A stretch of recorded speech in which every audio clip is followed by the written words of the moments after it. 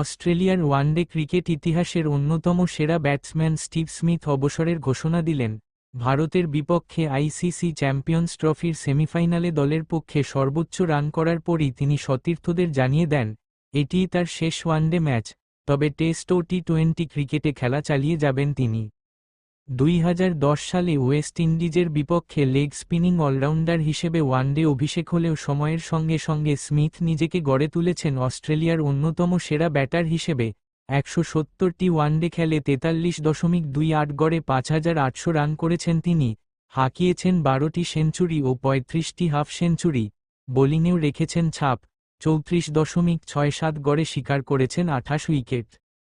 স্মিথের career উজ্জ্বল হয়ে আছে 2015 ও 2023 বিশ্বকাপ জয়ে গুরুত্বপূর্ণ ভূমিকা রাখার জন্য। 2015 সালে নিয়েছিলেন অস্ট্রেলিয়ার ওয়ানডে দলের অধিনায়কের দায়িত্ব, আর নিজের শেষ ম্যাচেও ক্যাপ্টেন হিসেবে নেতৃত্ব দিয়েছেন, প্যাট কামিন্সের অনুপস্থিতিতে অন্তর্বর্তীকালীন অধিনায়ক হিসেবে।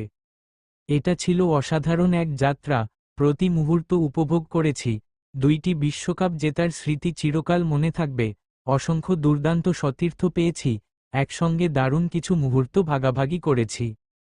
ক্রিকেট অস্ট্রেলিয়ার প্রধান নির্বাহী টড গ্রিনবার্গ স্মিথের প্রশংসা করে বলেছেন, ওয়ানডে ক্রিকেটে স্টিভ স্মিথের অবদান অসাধারণ, তার ব্যাটিং দক্ষতা ও বুদ্ধিদীপ্ত নেতৃত্ব 2 বিশ্বকাপ জয়ে গুরুত্বপূর্ণ ভূমিকা রেখেছে, তবে আমরা সৌভাগ্যবান যে সে এখনও টেস্ট ও টি-20তে আমাদের জন্য খেলে যাবে।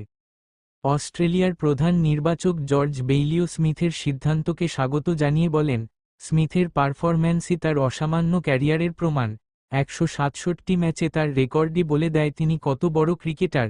2 বিশ্বকাপ জয়ী দলের সদস্য হিসেবে তার নাম ইতিহাসে অমর হয়ে থাকবে, তবে টেস্ট ক্রিকেটে সে এখনও দলের অত্যন্ত গুরুত্বপূর্ণ অংশ।